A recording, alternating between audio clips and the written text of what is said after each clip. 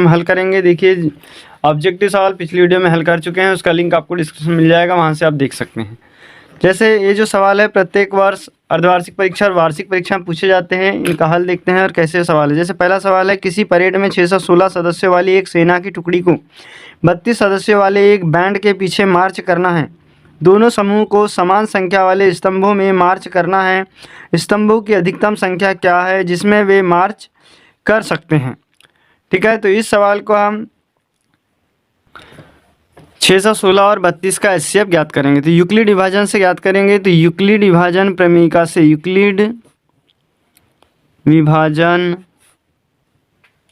प्रमेयिका से देखिए यहाँ 616 है, तो ये 616 बराबर 616 में हमको 32 का भाग देना है। ठीक है फ्रेंड्स, तो ये हो जाएगा 616 को हम 32 से भाग देंगे तो 19 बार भाग जाएगा, तो 32 गुणित 19 और शेषफल बच जाएगा 8, तो यहाँ लिख देंगे 8।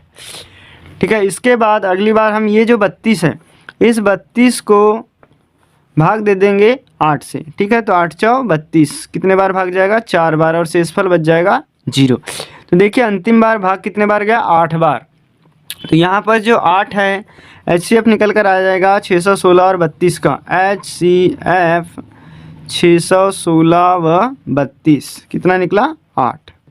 ठीक है, तो 8 क्या होगी, यहाँ प्रश्न में पूछा है अधिकतम संख्या क्या है जिसे वे मार्च कर सकते हैं। तो स्तंभों की जो अधिकतम संख्या है वो 8 होगी। यहाँ लिख देंगे स्तंभों की अधिकतम संख्या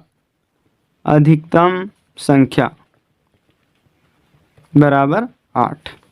ठीक है, अब नेक्स्ट क्वेश्चन जो प्रत्येक वर्ष एग्जाम में आता है, इनकी आप अच्छे से तैयारी करें, जो आपकी आगामी अर्धवार्षिक और वार्षिक परीक्षा के लिए बहुत ही महत्वपूर्ण है। जैसे पहला लिखा है, संख्या 5005 को अभाज्य गुणनखंडों के गुणनफल के रूप में व्यक्त कीजिए। इसको अभाज्य गुणनखंड के गुणनफल के रूप में व्यक्त करना है। तो इसको हम जब हल करेंगे, इसका अथवा वाला 5005 का अभाज्य गुणनखंड के अभाज्य गुणनखंड। तो फ्रेंड्स इसके लिए हमको सबसे पहले भाग विधि का उपयोग करना है। तो यहाँ पर लिख देंगे 5005। देखिए यहाँ पर विषम संख्या 5 है तो 5 का भाग जाएगा, तो ये हो जाएगा 5 का 5, 5 शून्य 0, 5 शून्य 0 और 5 का 5। अब यहाँ पर किसका भाग जाएगा ये देखना है। देखिए 7 का भाग दे देते हैं, तो 7 का भाग जाएगा, 7 का 7 बच गया 3, 7 6 28 बच गया 2, 7 3 21। अब यहाँ पर 11 का भाग देते हैं, तो 11 का 11 बच गया 3, 11 33। इसके बाद जाएगा 13 का भाग। ठीक, तो यहाँ 13 का भाग दे दीजिए, 13 का 13। तो इसके अभाज्य गुणनखंड निकल कर आ जाएंगे 5 गुणित 7 गुणित 11 गुणित 13। ठीक है, ये होंगे इसके अभाज्य गुणनखंड। इस तरीके से छोटे छोटे सवाल रहते हैं, तो आपको इन सभी सवालों को एक बार रिवीजन कर लेना है, देख लेना है। ठीक है, इसके बाद नेक्स्ट सवाल जो दिया हुआ है हमारे पास, क्या दिया हुआ है कि संख्याओं 6, 72 और 120 का अभाज्य गुणनखंड एलसीएम विधि से ज्ञात कीजिए। तो एलसीएम विधि से ज्ञात करना है इसका 6, 72 और 120 का। तो फ्रेंड्स पहले हम 6 का यहाँ पे जब हल करेंगे तो 6 का अभाज्य गुणनखंड लिख लेंगे, सभी के लाइन से अभाज्य गुणनखंड लिख लेंगे, अभाज्य गुणनखंड। ठीक है, जब 6 के अभाज्य गुणनखंड लिखेंगे तो 2 गुणित 3, 3 दूनी 6।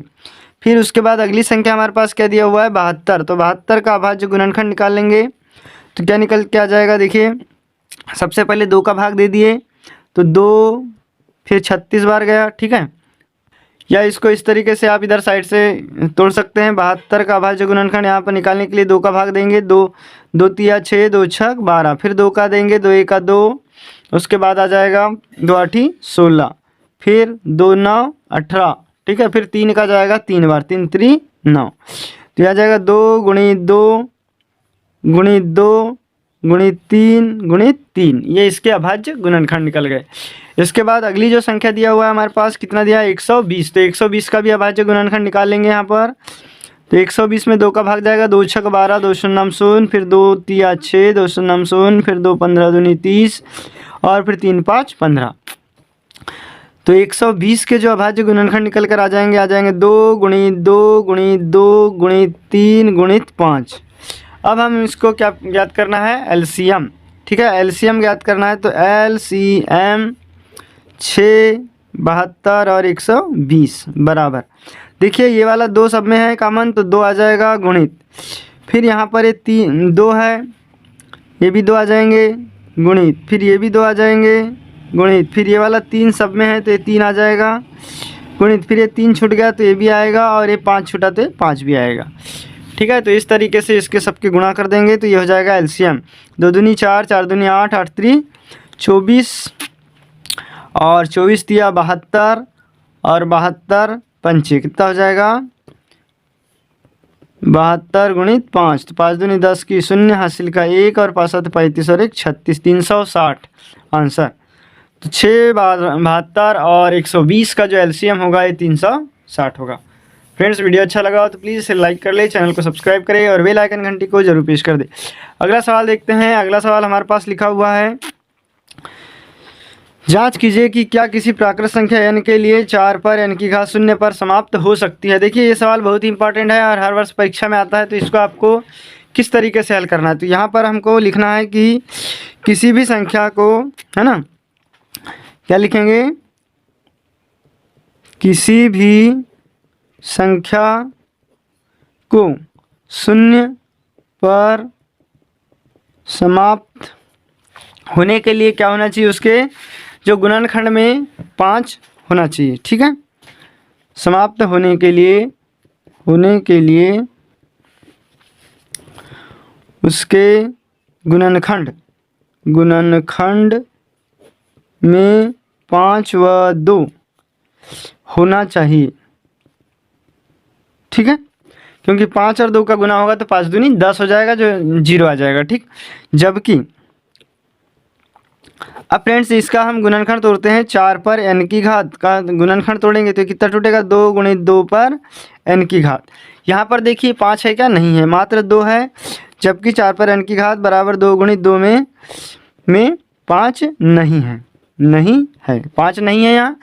ठीक है, जब इसमें 5 नहीं है तो यह क्या होगी, 0 पर समाप्त नहीं हो सकती और इसीलिए 4 पर n की घात 0 पर समाप्त नहीं हो सकती। अगला महत्वपूर्ण सवाल है फ्रेंड्स, देखिए क्वेश्चन दिया है, द्विघात बहुपदों x² ऋण 2x ऋण 8 के शून्यक ज्ञात कीजिए। अब देखिए इसके शून्यक ज्ञात करना है तो बहुत ही सरल विधि से इसको ज्ञात कर लेते हैं।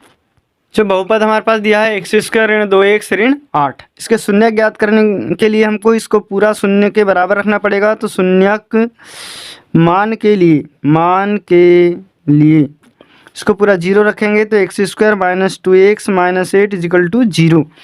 अब देखिए यहाँ पर ऋण 8 का गुना यहाँ के गुणांक से 1 से करेंगे तो ऋण 8 का गुना यदि ऋण 8 का गुना यहाँ के 1 से करेंगे तो आपका क्या आ जाएगा, ऋण 8 ही आएगा। ठीक है, अब यहाँ चूंकि ऋणात्मक संख्या ही है इसलिए इस ऋण 2 को ऐसे 2 भागों में तोड़ेंगे कि घटाने पर, देखिए यहाँ ऋण आता है तो घटाना रहता है और धन आता है तो जोड़ना रहता है।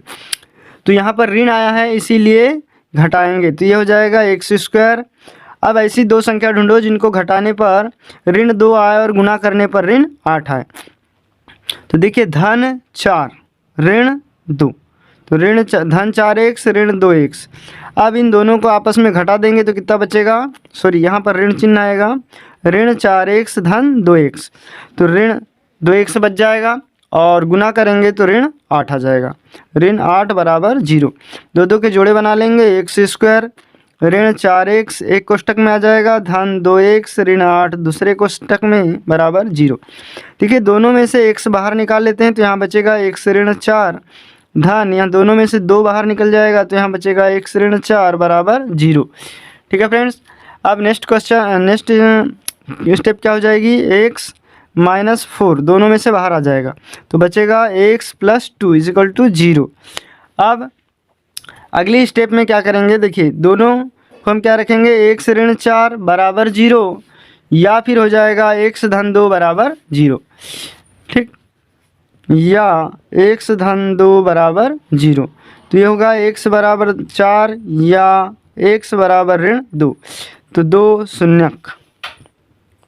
2 शून्यक हो जाएंगे, x के मान 4 और ऋण 2 आंसर। तो इस तरीके से सरल विधि से हम इसका शून्य ज्ञात कर सकते हैं। तो वीडियो अच्छा लगा हो तो प्लीज़ लाइक कर ले, चैनल को सब्सक्राइब करें और बेल आइकन घंटी को जरूर प्रेस कर दें, ताकि जो शेष सवाल है इसको हम अगली वीडियो में पढ़ेंगे। ये सभी महत्वपूर्ण सवाल जो आपकी वार्षिक परीक्षा और अर्धवार्षिक परीक्षा दोनों के लिए बहुत ही महत्वपूर्ण है। तो इन सभी सवालों का हम अध्ययन नेक्स्ट वीडियो में करेंगे। Thanks for watching.